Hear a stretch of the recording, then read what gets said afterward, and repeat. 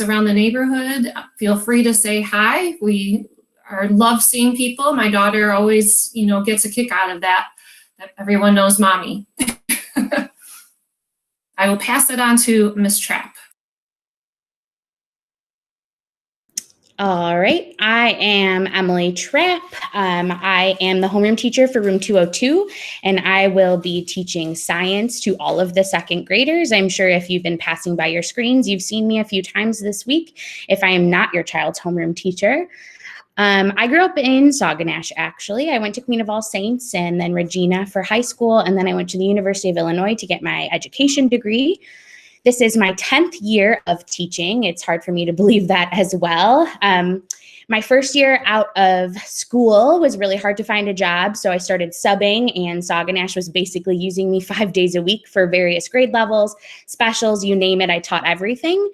And then that same school year in February, there was a teacher who was out on sick leave, and Mrs. Munns put me in that position. And so I've been with the school ever since. That was kindergarten, drastically different than second grade. I moved up to second grade after that, back down to first grade, and then back up to second grade. So I've kind of been bouncing around, but I've been in second grade now for 7 years. It is by far my favorite grade to teach. The kids are so awesome. Aside from teaching, I spend a lot of time with my adorable dog you see there in the pumpkin costume. We enjoy taking walks and traveling and hiking and camping even.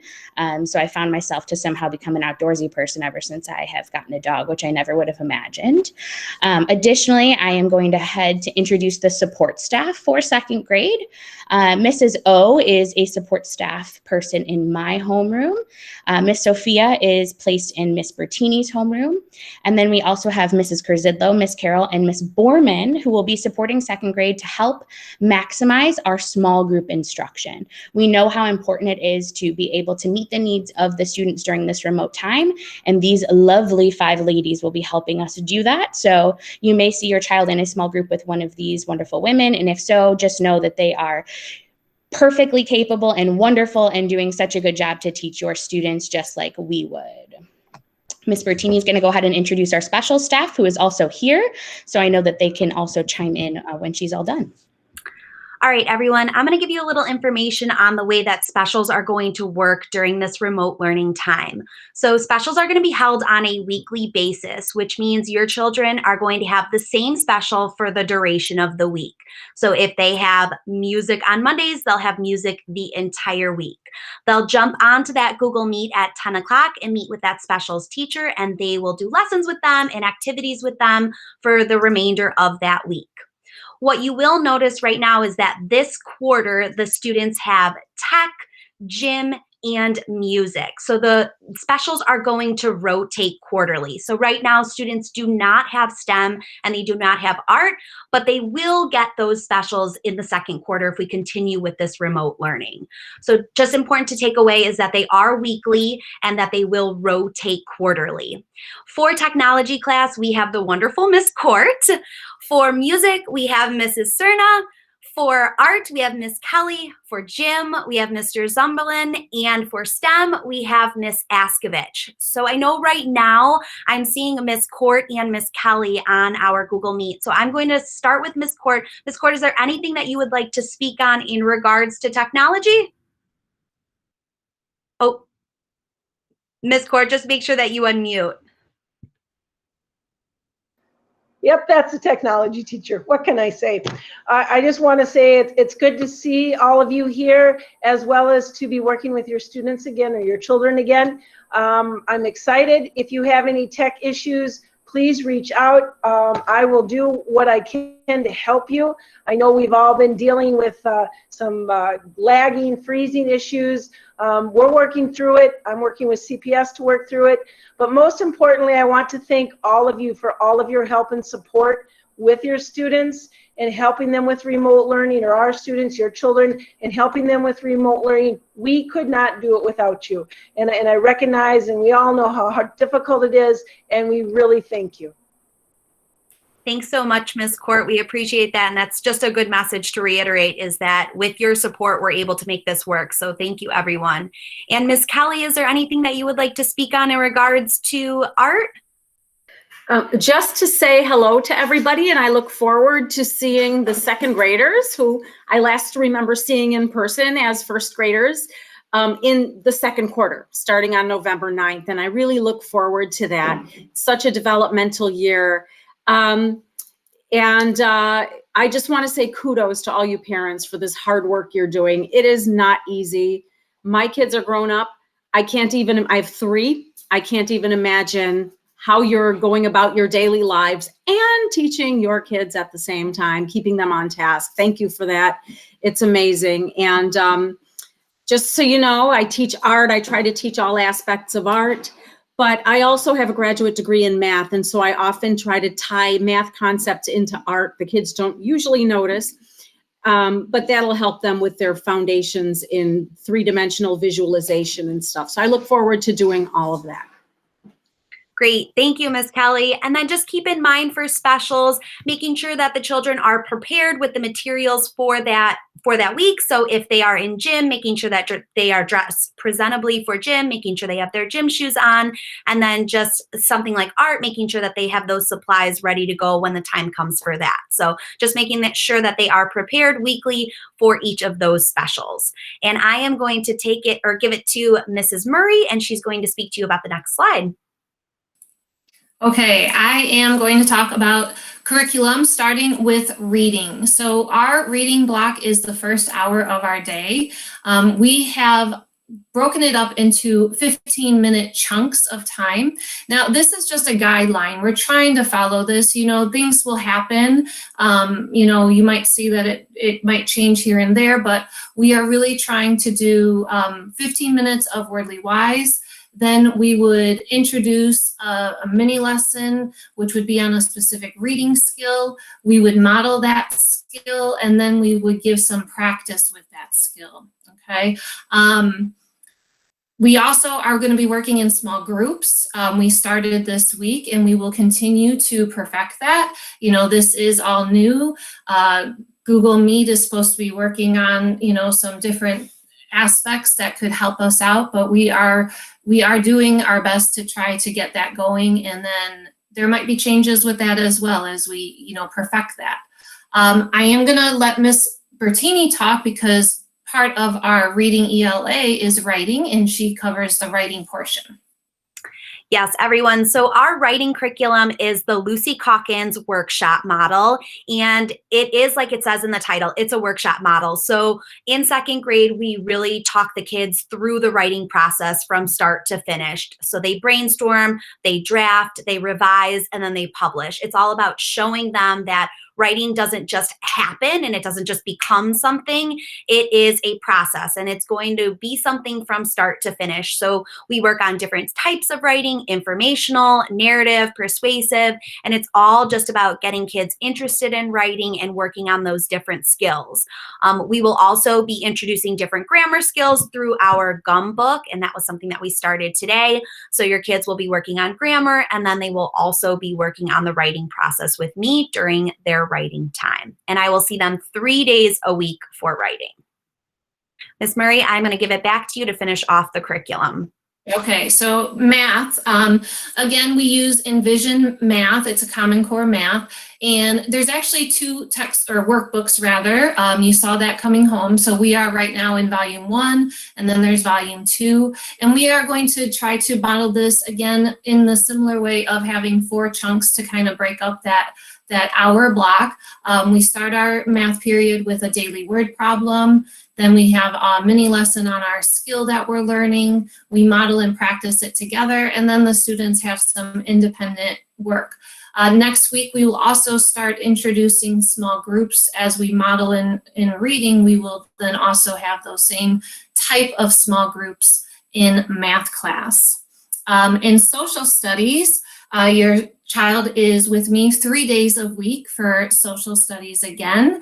And then we have a social studies workbook in which we cover families, we're covering government, goods and services, making a difference. And so that also is Pearson. So I have the ability through the Pearson website to present on screen or give them some little quick checks, which is really great. I am going to let Ms. Trapp talk about science. Alrighty, just like social studies and writing, your child will see me 3 times a week for science. It was somewhat daunting to imagine trying to teach science virtually through the screen, considering it is such a hands-on experience normally. But I have tried to modify the different units that I have been taught how to teach, and hoping that they're coming across successfully through the screen. I know these first couple lessons that we've been doing, the kids have been really excited about, so that's all I really want to see when it comes to science. The way science is taught these days is very, very different from how I was taught science, or probably you were taught science, where, you know, you're reading a textbook. At the end, there's some questions at the end that you have to answer in a notebook, and there doesn't really seem to be a lot of hands-on opportunities. It's kind of been flipped on its side, and now we are really looking at it in a totally different way. You'll notice that your child does not have a science textbook or workbuck, because we don't really read in science. There will be opportunities for science topics to come up during reading or during writing. I know Ms. Bertini right now is working on kind of writing the scientific process. However, everything that we do for science is based on making observations, asking questions, and coming to conclusions. Really, the students are doing this all on their own. I'm kind of just there to facilitate it. And I think it makes the science a lot more exciting and interesting to learn about. And then I believe it is still my turn, so I'm going to go ahead and flip. So these are just some important websites we're planning on using this school year. Some have already been introduced to the students or to you at home, like Class Dojo, Epic, and IXL. The others, like BrainPop, Tumble Book Library, Prodigy, and Extra Math, are things that we'll slowly introduce to students. We didn't want to kind of shove everything at you all at once and overwhelm you. This is enough already to really be learning through the screen. So we found the ones that we wanted to introduce at the beginning were going to be the most beneficial. Epic and Tumble Book Library. Again, when this gets shared with you, these are direct links. You can actually click on the pictures. It'll take you right to the website, which is super helpful.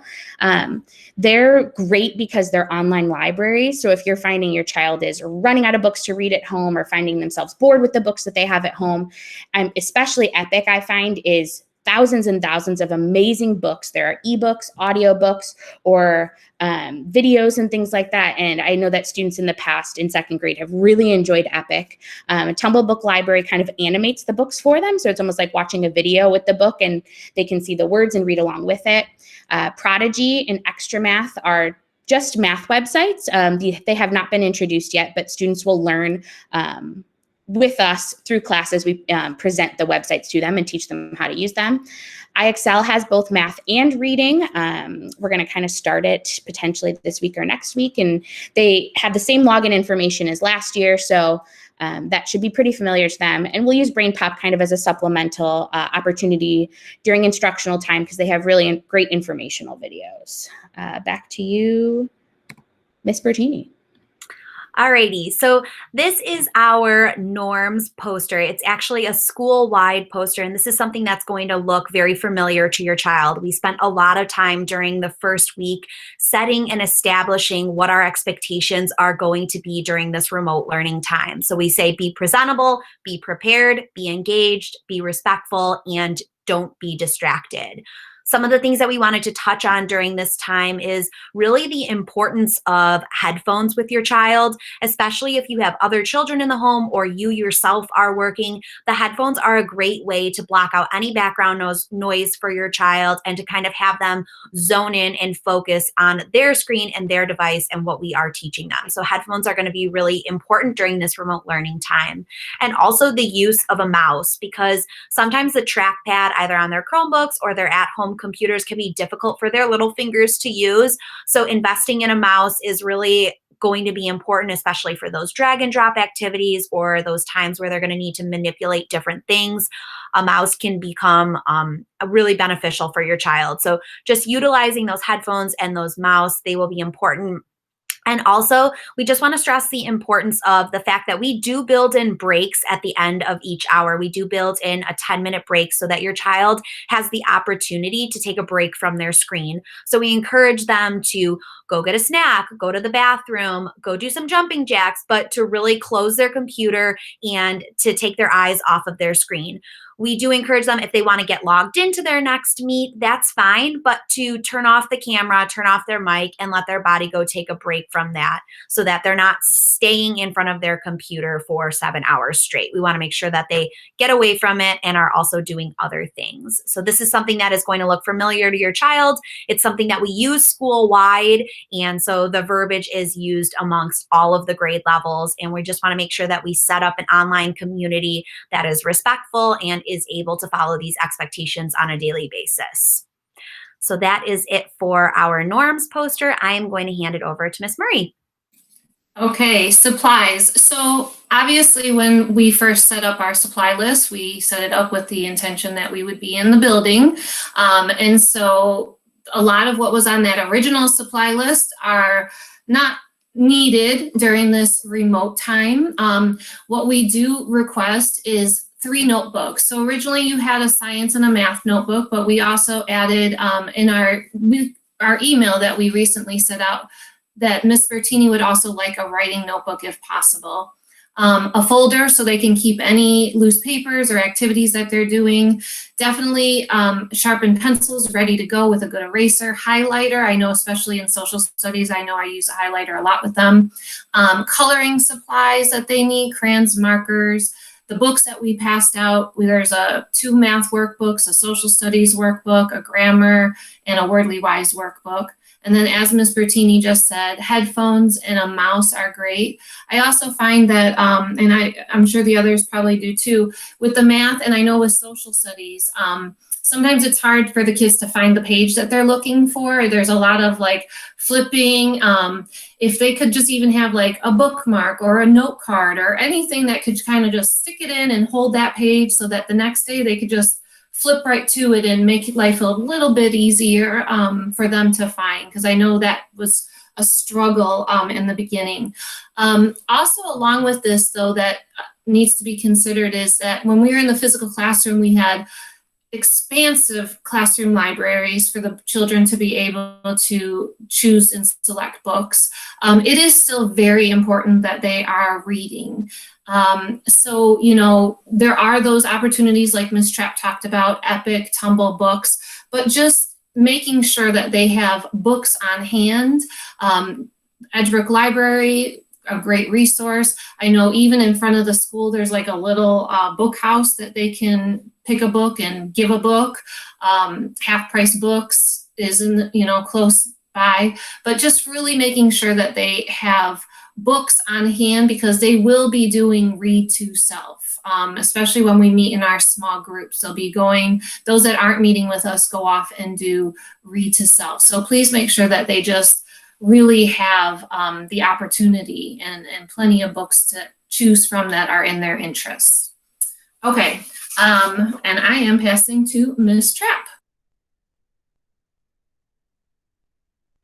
So we figured a lot of parents would have questions about this slide specifically, so I'm going to try to explain it as best as I can. So normally when we're inside the classroom, the way we grade is going to be very different from what we're doing for remote learning. We decided as an entire staff in school that participation is going to be 50% of your child's grade in every single subject, whether it's art with Mrs. Kelly or science with me. Okay. Participation is going to include that your child follows norms and expectations regularly. They're staying muted. They look focused. They have the supplies that they need. They're participating by raising their hand. They're on time for class and not showing up 20 minutes late. We understand that there are going to be circumstances where there might be technology issues and things like that. But being on time is going to be important, and not signing off early. If your child leaves early, they are likely to miss very important directions when it comes to either their next class or an activity that they need to complete, and we don't want them to miss that information. Participating in class discussions, as of right now, raising their hand and being called on is the best way to participate. In smaller groups, it might be everyone's unmuted and we can kind of just have a conversation freely. But when we're whole class, raising our hand is the way that students participate. I know from my vantage point, and I know Ms. Bertini and Ms. Murray would agree, we're trying to vary. I don't want to call on the same kid all the time. So I'm often trying to allure them with Class Dojo, saying, I'm looking to see who's raising their hand so I can give extra class dojo. And right away, 6 or 7 more hands are popping into the air. And so I'm just hoping that I don't need to constantly almost bribe them to raise their hand, that they want to do it and share what they're thinking and what they're learning. And then being engaged and focused on the task at hand regularly. They don't have those distractions nearby. Their face is in front of their camera. If I know they're supposed to be writing, I notice their head drops and their pencil is moving. Those are the kinds of things we're looking for when it comes into that participation bubble. And then for the most part, reading, math, and social studies will have a 35% of their grade will be assignments that they complete. And then 15% will be assessments. Normally when we're in the classroom, assessment is a much larger portion of their grade, but knowing they're at home, knowing they have their materials, knowing they might have a parent who's nearby helping them, we know that assessments can't be that much of their grade at this time, but we still want to make sure and check in that they are doing their work and they are understanding. So as much as you might want to try to help your child and, make sure they're answering with the correct answer all the time, from the teacher vantage point, when I see a student get 100%, I think, oh, great, they've mastered this skill. But at the same time, if you're sitting beside them and sort of making sure that they're getting that 100% by stopping them if it seems they're taking that wrong turn, we're not really understanding fully that they might need help with something and that we can address that in that smaller group setting. Science is a little bit different. It'll be that 50% participation, 30% will be discussion that we have, and then 20% will be exit slips that I use with Google Form. I've given 2 this week already, and they've gone really smoothly, so that's great. And then with writing with Miss Bertini, again, she has that 50% participation. Because she teaches grammar, that'll be 35% of the grade. And then the quality of their writing will be 15%. It's going to be a little hard for her to be able to get a full gauge on their writing quality as they're writing at home. So as they get more comfortable typing and they're able to actually submit things to her, that'll be 15% of the grade. If you haven't yet, make sure that you sign up so that you have access to your child's grades. We enter them very regularly. I know that I make mistakes sometimes, and I'm always really grateful when parents reach out and say, hey, I noticed this grade. I'm just wondering about it. Sometimes I mistype it and it kind of changes the whole grade. But it's a really great way for you to kind of know exactly what was done either that day or that week and how your child did on that. And then also making sure we're really trying to give the students a nice balance when it comes to those assignments between having something paper that they're going to do, so they're still remembering how to write with a pencil and using paper pencil, but then also having some online digital assignments that can be submitted and graded a little bit more easily. When it comes to the paper assignments, we're pretty much just writing on honesty here. We're hoping the children are doing what we're asking them to complete. I know this week I had my students kind of hold their math book up in front of their camera so I could see that there was writing on the page. It's an imperfect system, so we're really just hoping, that when we assign something that's paper pencil, they're completing it so we can give them their grade for that.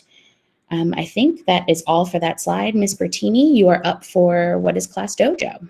Yes, so I'm really excited to talk to you guys about Class Dojo. We love Class Dojo in 2nd grade. It's a program that we started using a few years back, and we really fell in love with it. We primarily use it as our management system in 2nd grade, so promoting good behaviors and making sure that kids are following expectations, but it also has other components that we utilize it for, one being the class stories. So if you send us pictures of your working, normally these pictures would be coming from us in the classroom, and we would be able to upload them onto our stories so that you guys could see what your kids are doing in the classroom. This is going to look a little bit different. We're asking if you ever have the opportunity to be able to share photos with us of your children working at home. We would absolutely love to add them to our class stories so that we can build this class community for everyone to feel like they are part of it and belong together. So if you ever have any photos you'd like to send us, we'd love to post them to our stories. And we also use it as a social emotional learning component. There are videos that accompany that little green monster that is at the top of your screen. His name is Mojo, and we use it for our social emotional learning curriculum when we are talking about ways that we can become better human beings and ways that we can handle our emotions. So Class Dojo, like I said, is primarily used as our management system. And what we do at the beginning of each month is we set a personal points goal, and we also set a class points goal. So for this month, our personal goal is 60 points and our class goal is 800 points. Students are working to earn earn points in each of their classes. All teachers have the ability to award points, and they also have the opportunity, if we see that they might not be following expectations, or for example, they show up very late to one of their Google Meets, teachers also have the ability to take away points from a child. So we would love to be able to give, but it also allows a child to see what is the consequence for something that is not being, that they might not be doing correctly, or if they are late to one of our meetings.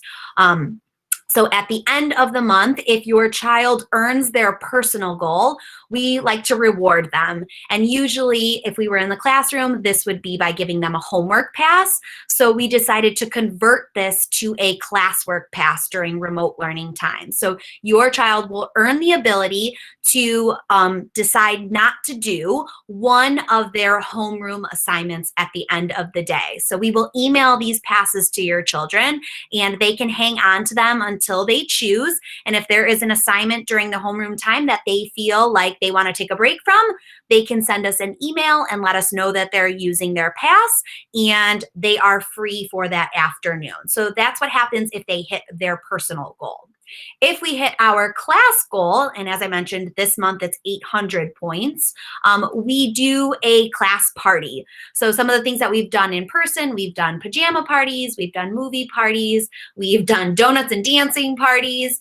So they're going to look a little bit different virtually, but I think we are up for the task as teachers in second grade to come up with creative ways that we can still have fun with our classes through the computer. So like I said, we really love Class Dojo in second grade, and we encourage you, if you are not logged in, to use your login codes and get logged in. And if you don't, you can always email us and we can send those to you. But it's a good way to check in on your child and see how they're doing throughout the day.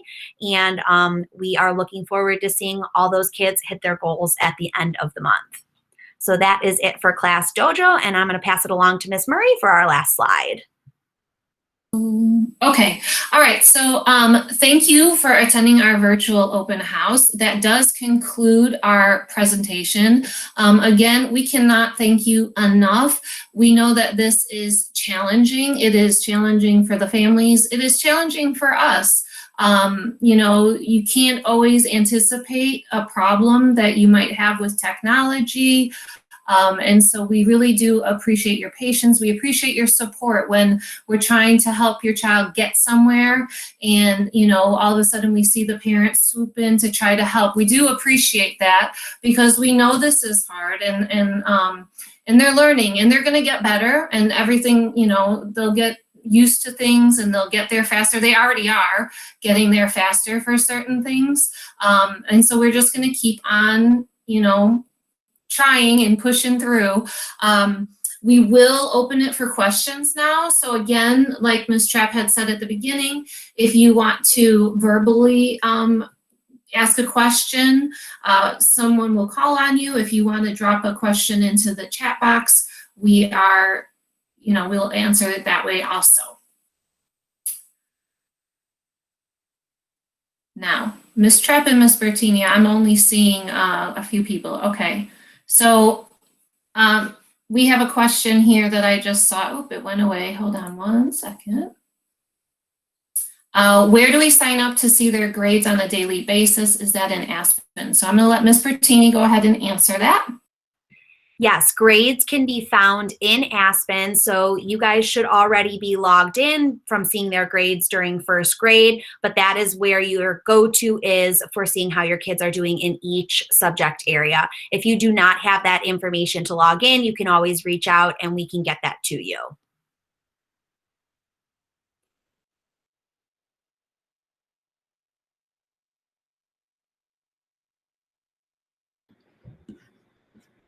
Oh yeah, it looks Ms. like Bertini, you're on mute. Yeah. I'm sorry. I just wanted to let you guys know I'm just not seeing too many people on my screen right now. So if there are any hands up, if you could go ahead and just type your question into the chat box, that might be a little bit easier for us to go ahead and respond to. So if you do have a question, go ahead and place it in the chat box right now, and we will kind of go through those.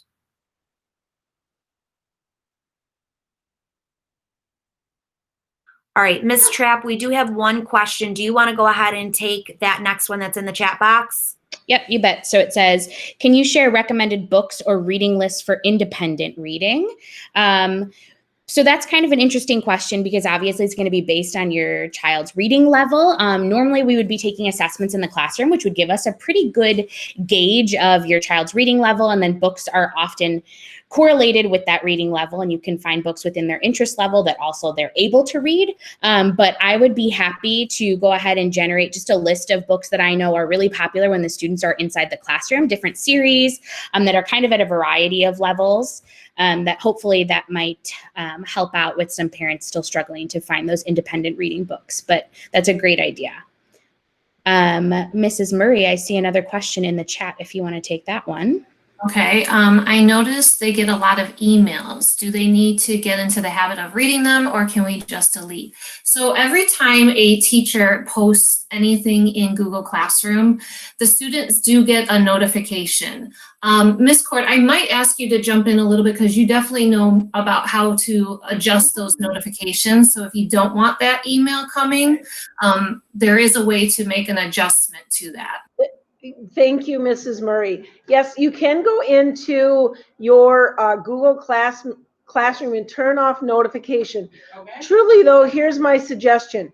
Okay. Every time an assignment goes up, a student does get a notification. And I try and start to teach the students to at least look at the notifications. And if they know it, just open it and it goes away. We also, I've also, not last year, I will do it this year, help them set up their emails so they have unread and read.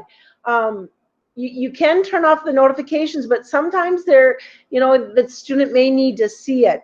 So I will be working with them and teaching them to look at their emails. And, do I need this? Did I already do this assignment? Then I can just delete it.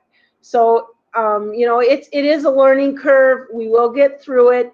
But yes, there are a lot of notifications because everything posted in Google Classroom goes to their email as well. I don't know if that answered your question. I hope so. Thank you, Ms. Court.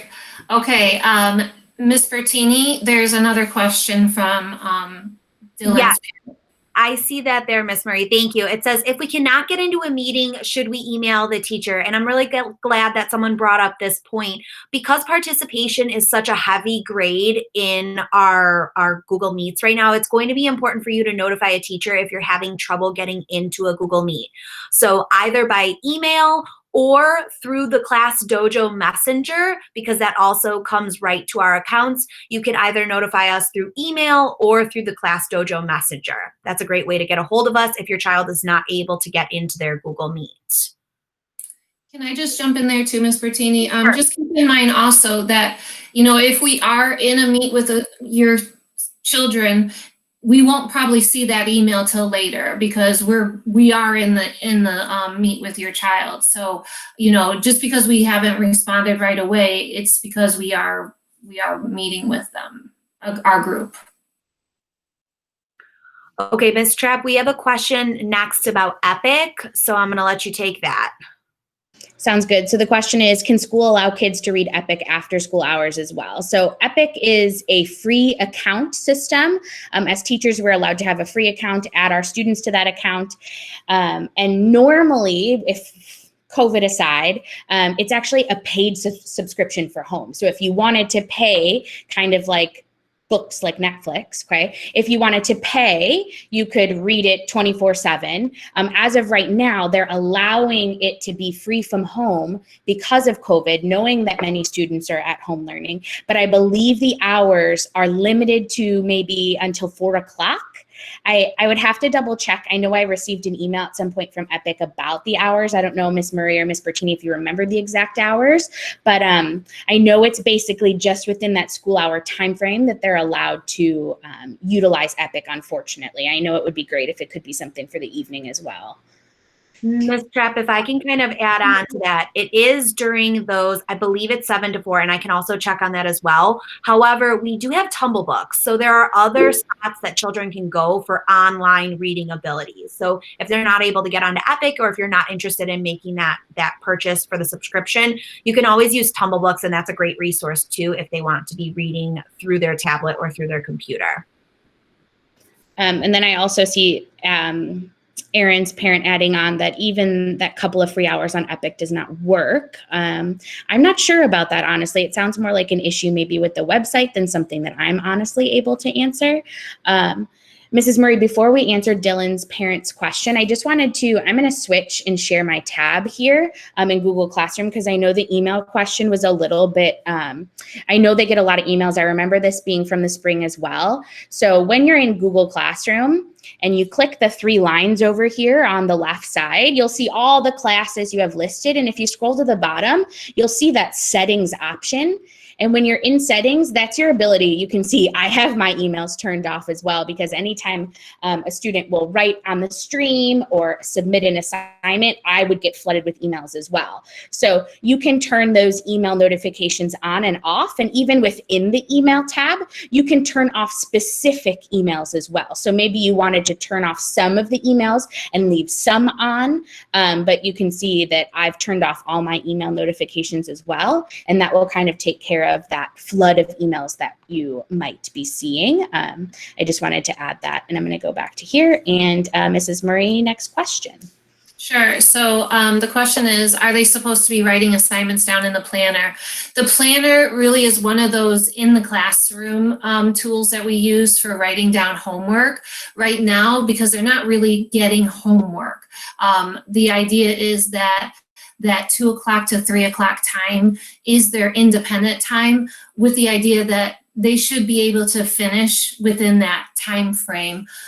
What I've been doing, I know, and I'm sure the other teachers have been doing also, is since our 2 o'clock to 3 o'clock time is in our Google Meet homeroom, I also then post in that classwork what they are supposed to be doing. So there really is no need, because it's not like they're going to have work that they have to take home with them, and the parents need to, see that, oh, tonight you have to do, your Scholastic News, tomorrow you have to do your math workbook page. It's all in Google Classroom, in the homeroom, and then in the homeroom, Google Classroom, and then in the classwork tab is where you can find it. And again, it's day to day, because it's really the idea that they can finish it in that 2 to 3 o'clock time frame.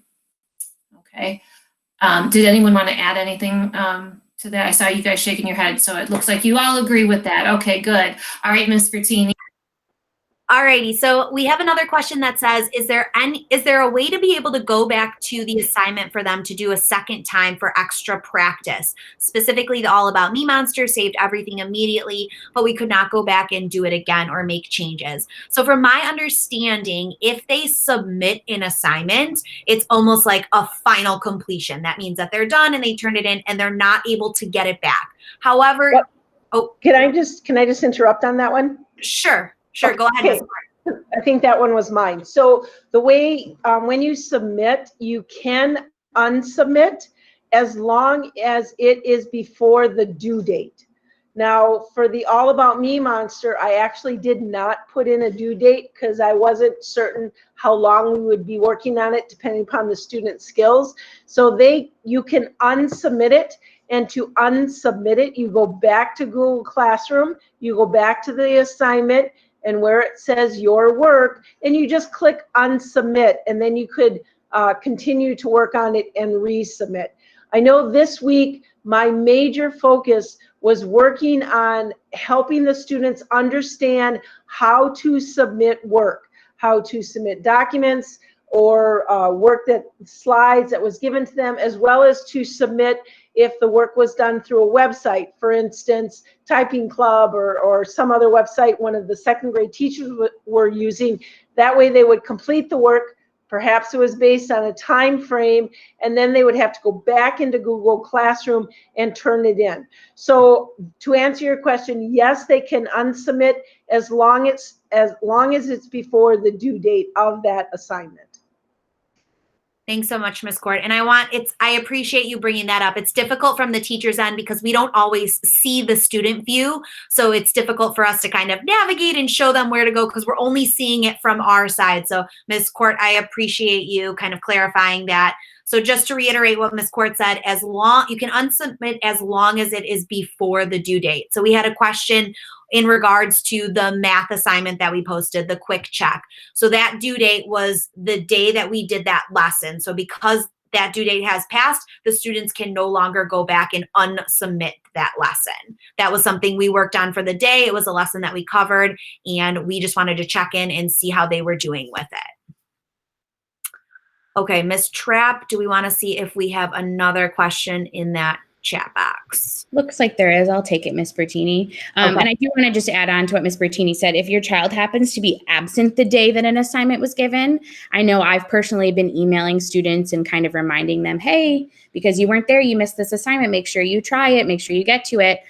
So it's a matter of making sure that they see those things that they might have missed so that they can get them turned in. I know personally, I'm not really setting very strict due dates because we just want them to practice and get it done. But I know at our meet and greets, we really stress that 3 o'clock, we want these kids to be done and off the screen. So we don't want them, working at 5 o'clock later on something that we've done. That's why we're really trying to make the assignments short and doable in the amount of time that we're giving them, especially that end of the day. They have 1 hour and most of the things should not even take even close to an hour. Sometimes things a little bit longer than others, but we're there in that office hours to help if need be. So the other question I see is, I know for reading you're doing small groups. Are there plans to have math be in smaller groups as well? So yes, when Mrs. Murray was going over the math curriculum next week, we are starting math groups as well. So on Monday, we will be starting small group with math as well. So your child will see their teacher for small group for reading and for math. So hopefully that helps. Not sure if there are any other questions. They don't seem to be popping in. So maybe we'll give it another minute or two and see if a question pops in for you, Mrs. Murray. And if not, then we can conclude this evening and hope that we got everything answered for everyone. Sounds good.